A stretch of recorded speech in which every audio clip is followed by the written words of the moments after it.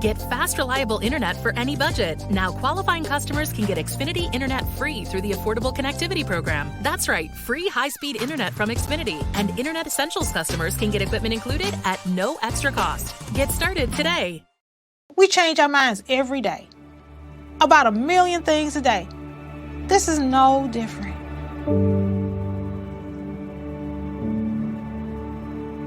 You can't be afraid to be wrong.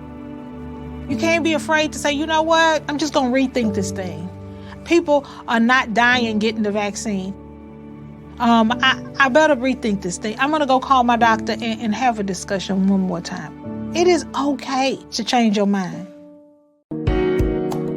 Moms and dads, listen. You're not the problem, but you are part of the solution. And this podcast is here to help you reach with your troubled child. Known as the Teen Whisperer, Jason Clopton counsels young adults and has a proven track record of reaching kids when parents can't. Listen and take notes. This show will help you figure out what's bugging your baby and build a bridge to a better relationship with your kids.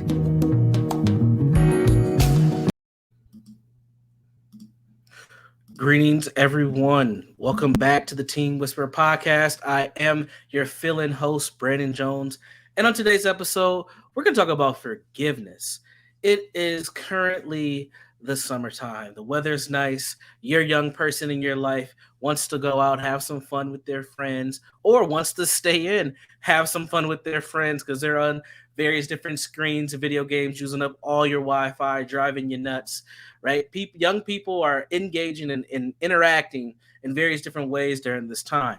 The academic learning period has slowed down. Now, some may be going to summer school, some may be in different camps and learning opportunities, but for the most part, it's a chill time, right? There's family activities, there are events. It's the summer. It's the time for everyone to just kind of ease on during this time, enjoy this weather, and kind of move through until we get to that fall, then we get back to school.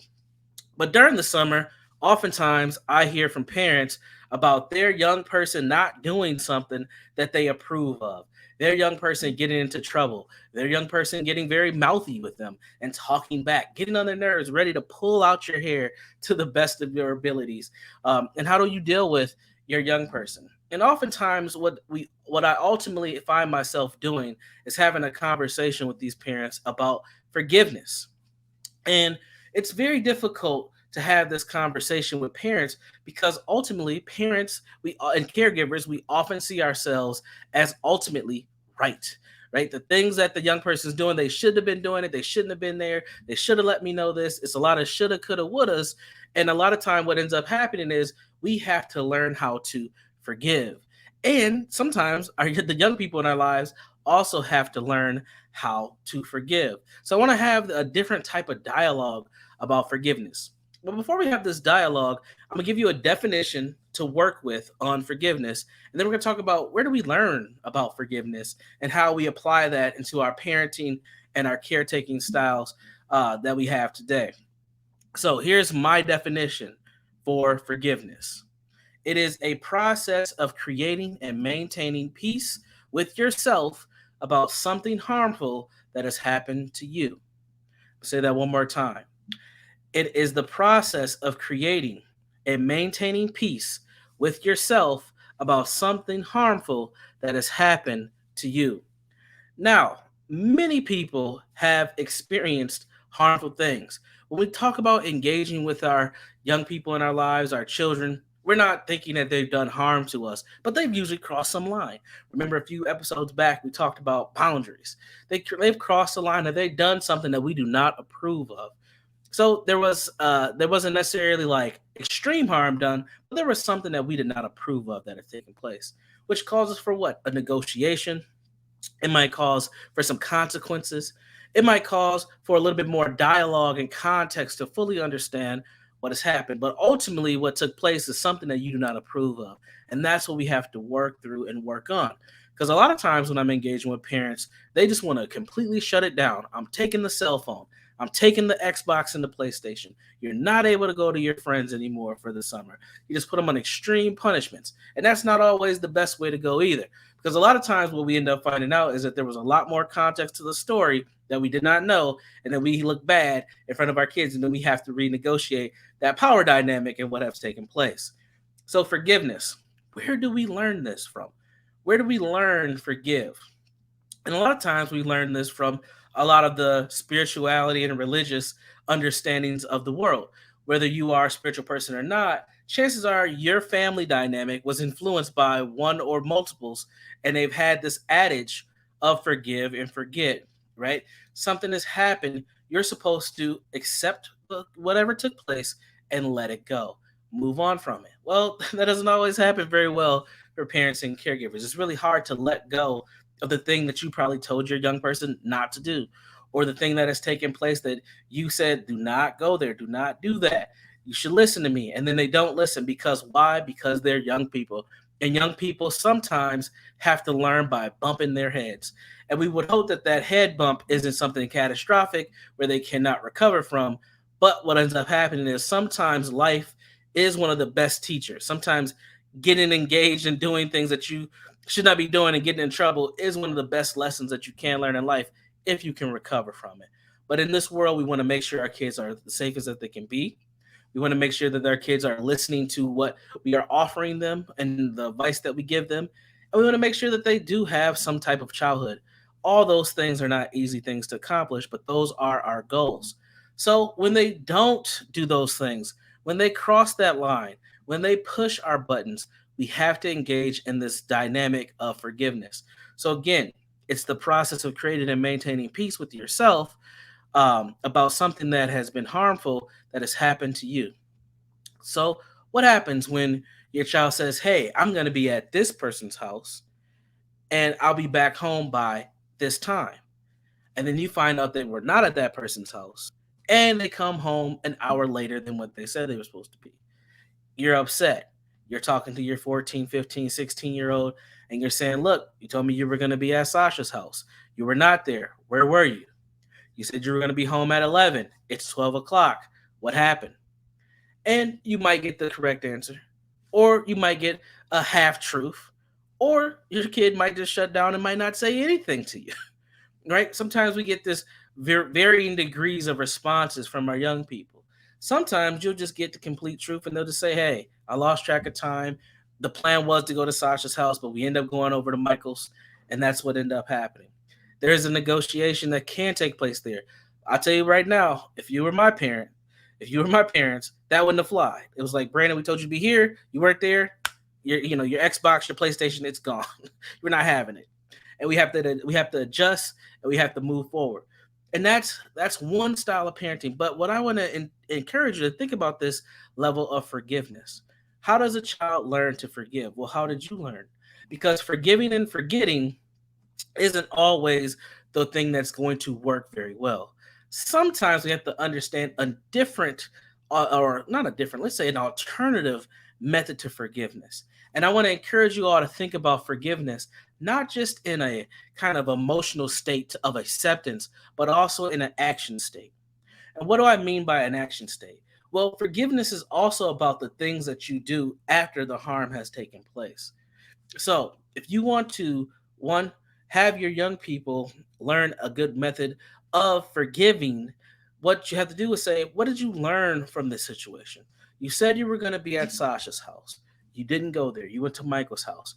There were some steps in between that you could have done to lessen the harm that took place.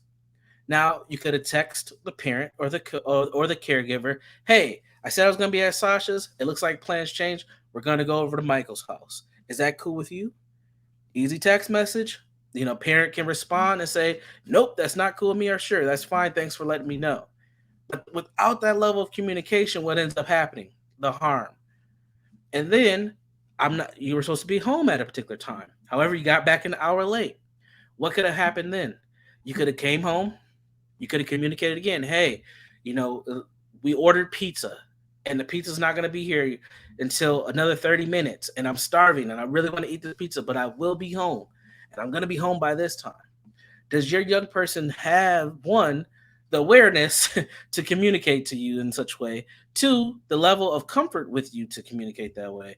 Three, do they have the tools to actually communicate that way? They might not even have a cell phone, right? So how do we help encourage our young people to take different types of steps so they don't get into the place of forgiving, But when they do get into that place and they need to learn forgiveness, and you need to learn forgiveness, how do we engage? So one way is by teaching, hey, this is what we can do better next time. This is how we can add different types of actions so we don't get here.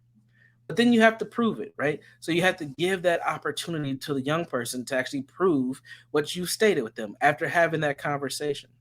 But one of the key things that I want to definitely drive home here in the last few minutes of today's podcast is that once you work on those action steps, once you build in that practice, you don't necessarily forget what happened, right? Forgetting what happened doesn't necessarily give you relief from the harm that has taken place. You can always remember, but what are you going to do differently next time? That is the thing that I try to encourage all parents and caregivers to understand is that, yes, your young person is going to make some choices that you do not approve of. They're going to do some things that you are not happy about. They're going to really, really make you angry, tip you off, right? But how do you help them learn how to, one, develop their forgiveness skill set, and then two, how do you develop yours? Because if we go about the world just kind of cage our children in, that's not a good place to be. They have to be able to develop socially and emotionally. We're going to talk more about this on the podcast as we go. And one of the ways that they do that is by, one, you modeling positive behaviors, but two, also being guided into how to operate in a more positive light, and being able to forgive and understanding that forgiveness isn't just an emotional state, but also an action state is very important. And really, at the end of the day, forgiveness is just how you operate after the harm has been done. You can let something slide. Absolutely. I've done it plenty of times. But really the biggest bang for your buck is going to be, how are you going to behave differently now that this has happened? That is what true forgiveness looks like in the parent-child dynamic. And it's hard to get there when you haven't established a good rapport with your child. So you have to be able to establish that rapport. That doesn't mean become best friends with your child, but there should be a level of communication between you and your child where there can be some honesty and some transparency, so that you can both operate in a way that you both get kind of your desired outcomes. One of the biggest things that we see in young people when they get themselves in trouble and they get themselves to a place where they need to be forgiven is because they want to do something that has not been approved by a parent and caregiver, and they just go do it anyway. And we want to try to reduce that to the best of our ability. We don't want them just to go out and do whatever. We want them to make sure that they're making the smartest and best choices for themselves and still having a little bit of fun. You can have fun and let your parents know what's going on. And as parents, you can allow your child to have fun without being a complete lockdown. And that's the dance, that's the balance that we all have to engage in as we go. But, it doesn't always have to be doom and gloom. There could be some fun. But you will find yourself at one point or another, it might not be this summer, it might be next, where your young person wants to go to the movies, go to the festival, go to a park, hang out with their friends, and do something that you are just like, why on earth are you doing this? And it's going to be up to you to figure out, how are you going to engage in that forgiveness dynamic with them? And are you going to be able to help them understand that if you want me to forgive you, it's going to be more about the actions that you take next than the words that you say. Apologies are great, but if you don't do anything different, apology almost doesn't mean anything. And at the same time, as a parent, you have to engage and model that behavior as well. So how do you show up for that young person where they see that you're willing to trust them enough for them to prove to you that they are the young person that you raised them to be, that they respect you as a parent and caregiver, and that they're going to show up differently than what they have in the past? This doesn't mean that they will never make any mistakes, but what this does mean is that sometimes we have to give a little space for them to learn how to operate within this world. That's going to wrap us up for today. And as we always say here on the podcast, you may not be the problem, but you may be a part of the solution. I am Brandon Jones, filling in here for the Teen Whisperer podcast. We'll be back again next week. Until then, take care. You've been listening to the Teen Whisperer podcast with Jason Clopton, known to his clients as JC the Counselor. Check back every Tuesday for new episodes wherever you listen to your podcasts. Find out more and connect with Jason at ShalettaMakesMeLaugh.com. At Hy-Vee, we take pride in being part of the communities we serve. In 2021, we donated more than 14 million meals, and this year, we're committed to doing even more. For over 90 years, we've been the place that people turn in time of need, and we take that very seriously. That's why we're loading our semis full of food this week and making deliveries across the Midwest to help families this Easter. To join our effort, simply donate when you're at the checkout. Together, we can make a big difference for those in need. For millions of Americans, the pandemic impacted our financial situations, and a lot of people lost their jobs. But that should not mean you have to lose your house if you can't pay for your mortgage.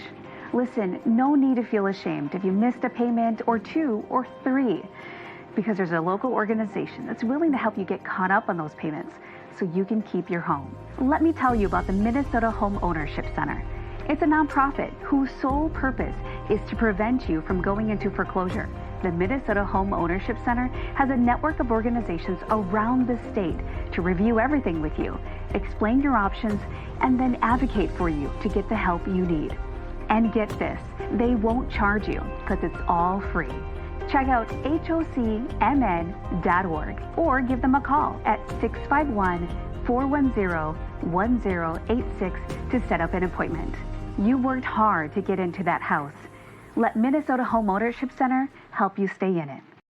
All right, did you know I was the Mommy Slam Dunk Champion? Really? Yes, really don't sound so surprised. Let's see it. Oh, you're ready. All right, here we go. Let's hear the crowd. So go to right, go to left, fake them out. Mama, go up, mama! She did it.